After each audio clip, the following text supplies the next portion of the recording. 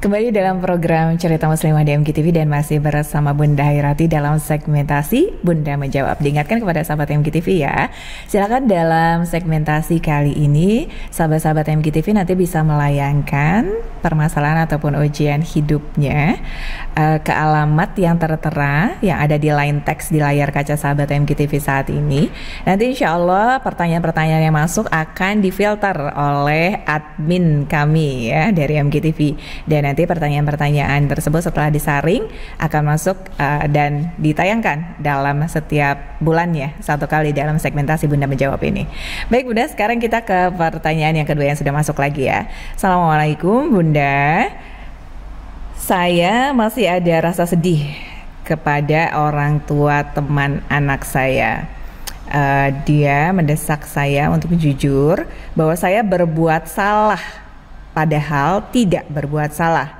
Setelah dicari tahu ternyata ada pihak ketiga Bunda yang ingin memang mengadu domba saya dengan itu tadi salah satu orang tua teman anak saya, dan menuduh saya bersalah. Jadi itu kurang lebih adu dombanya. Nah Bunda, bagaimana caranya Bunda agar saya tidak takut merasa jelek terhadap penilaian makhluk? Jazakumullah khair.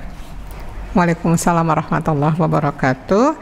Terima kasih Ibu untuk pertanyaannya. Pertama adalah di sini Ibu sedih. Sedih kita kemarin belajar ya tentang kesedihan yang Allah sukai. Itu adalah kesedihan terkait dengan kenangan masa lalu di mana kita banyak melakukan kemaksiatan, banyak kewajiban, ketaatan yang kita tinggalkan. Sedih kalau waktu kita itu banyak yang sia-sia, itu kesedihan. Sekarang Ibu sedih terhadap sesuatu yaitu makhluk, sikap makhluk gitu. Mungkin tahap awal itu manusiawi ya, manusiawi, tapi Ibu tidak boleh larut. Ibu harus cepat-cepat kepada Allah melakukan introspeksi diri, evaluasi diri atau muhasabah diri. Jadi jangan lama-lama untuk sedihnya ya, sedih tidak enak.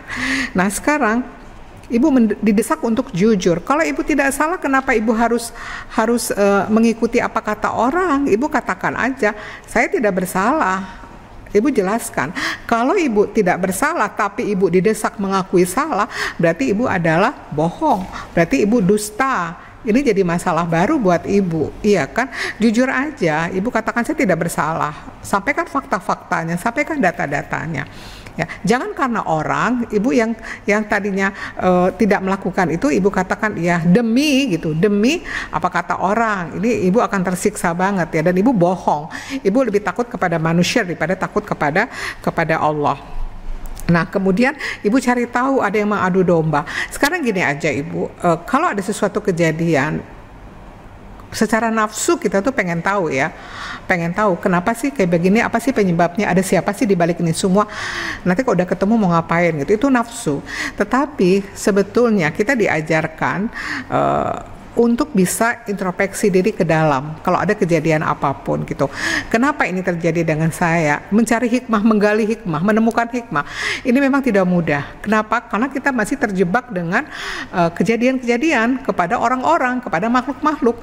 Akhirnya kita nggak punya waktu untuk namanya merenung ini apa yang salah dengan saya gitu ya. Nah mungkin ya karena Ibu penyakitnya adalah sangat sibuk dengan apa kata orang, itulah yang menjadi ujiannya Ibu sampai Ibu bisa lulus gitu loh. Kalau Ibu sudah lulus, insya Allah akan terhenti ujian itu. Walaupun kita sampai meninggal tidak akan berhenti ujian itu, selalu akan ada. Tetapi beda-beda soalnya. Kalau udah lulus nanti beda lagi gitu ya Ibu ya. Sampai pada tingkatan kita itu takwa yang menghantarkan kita husnul khatimah. Udah, kalaupun ada yang mengadu domba itu urusan dia dengan Allah. Kalau Ibu mau meluruskan, mau mengklarifikasi tabayun, silakan aja Bu, silakan Ibu sampaikan apa adanya, tapi jangan berharap orang itu sesuai dengan keinginan kita. Kalau orang bilang, oh nggak kayak gitu gini, ya sudah, yang penting Ibu sampaikan kebenaran itu, hasilnya ya sudah, cukup Allah saja yang menjadi saksinya, gitu ya Bu ya.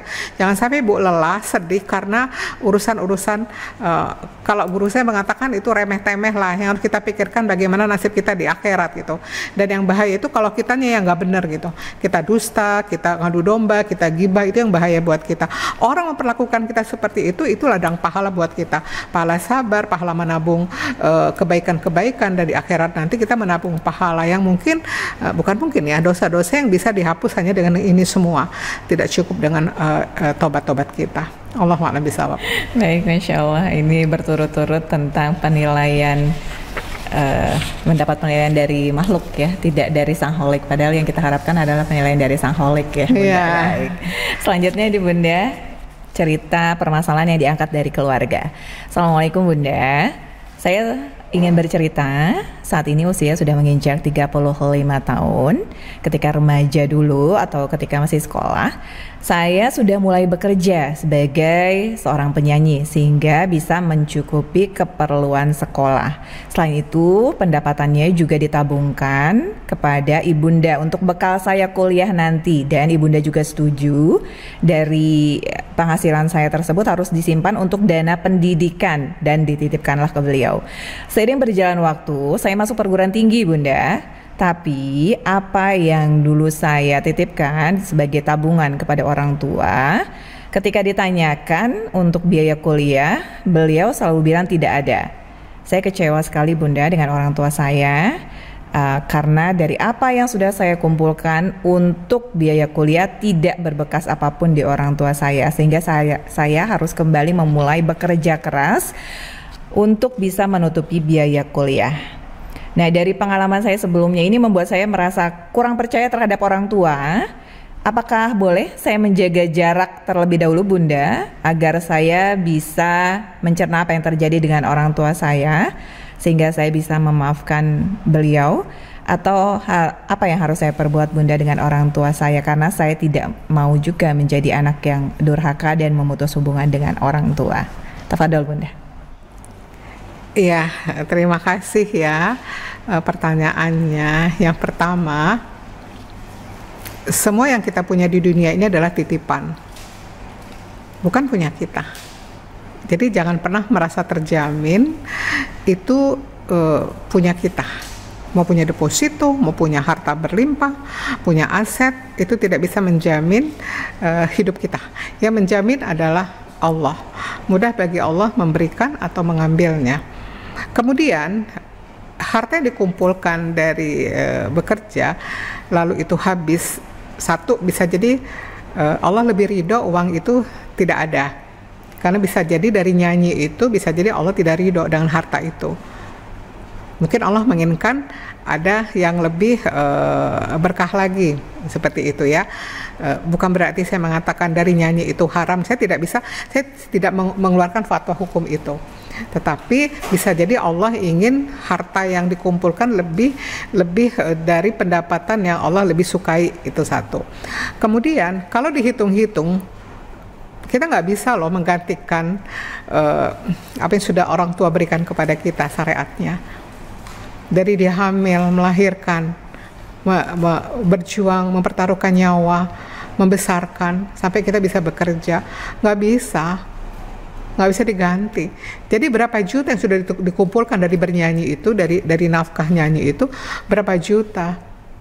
Tidak seimbang dengan apa yang sudah orang tua lakukan kepada kita. Intinya itu bukan punya kita, bukan punya yang bertanya ini, tapi itu punya Allah. Jangan pernah merasa itu punya, dan jangan merasa berjasa. Duh, saya udah capek-capek dikumpulin gitu ya. Oke, masalah tidak percaya, oke, secara syariat tidak percaya, itu amanah, kenapa dihabiskan? Tetapi secara tauhid kita adalah harus bisa memaafkan, bahwasanya saya nggak akan bisa menggantikan mau berapapun saya kasih orang tua saya, nggak bisa ketutup gitu loh. Nah, itu lebih melembutkan hati untuk bisa memaafkan, bahkan ingin melakukan lebih dan memberikan kebahagiaan gitu. Jangan sampai gara-gara dunia ini mengorbankan hubungan dengan orang tua. Jadi gara-gara dunia ini mengorbankan urusan akhirat. Jadi aduh, sangat sedih banget gitu gara-gara dunia ini sampai kehilangan dunia gitu ya. Sampai dengan orang tua jadi menjaga jarak, apalagi sampai misalnya hubungan jadi nggak baik gitu ya. Sayang sekali. Udah sekarang ridho, puas, rela, lepaskan. Itu kifarat, bisa jadi itulah harta yang disucikan oleh Allah. Kalau ridho nanti diganti oleh Allah dengan yang lebih baik lagi gitu ya. Dan ingat, kita dapat rezeki itu bukan hebatnya kita bekerja, kerasnya bekerja, Allah aja yang kasih. dan mudah bagi Allah ngambil. Jangan merasa itu karena hebatnya saya, ujub itu karena saya. Tidak. Orang kerja setengah mati, kalau nggak dapat ya nggak dapat. Ada orang yang memang Allah kasih, ya Allah kasih gitu. Jadi saran saya adalah maafkanlah orang tua. Kalau bisa lakukan yang lebih baik lagi, kerja keras lagi, bahagiakan orang tua, dan itu semua adalah punya Allah. Titipkan sama Allah. Kalau ridho nanti Allah ganti, insya Allah. Dan harus berbakti ke orang tua, jaga hubungan baik, jangan sampai gara-gara ini justru kita menjadi langkah ke neraka. Nauzubillah min dzalik. Allahu a'lam bishawab.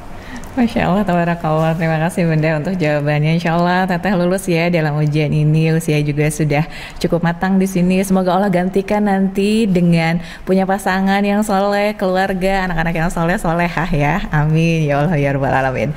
Baik sahabat MGTV, nanti kita lanjut lagi dalam segmentasi Bunda Menjawab ini. Tapi kita jeda sejenak terlebih dahulu dengan informasi yang berikut ini.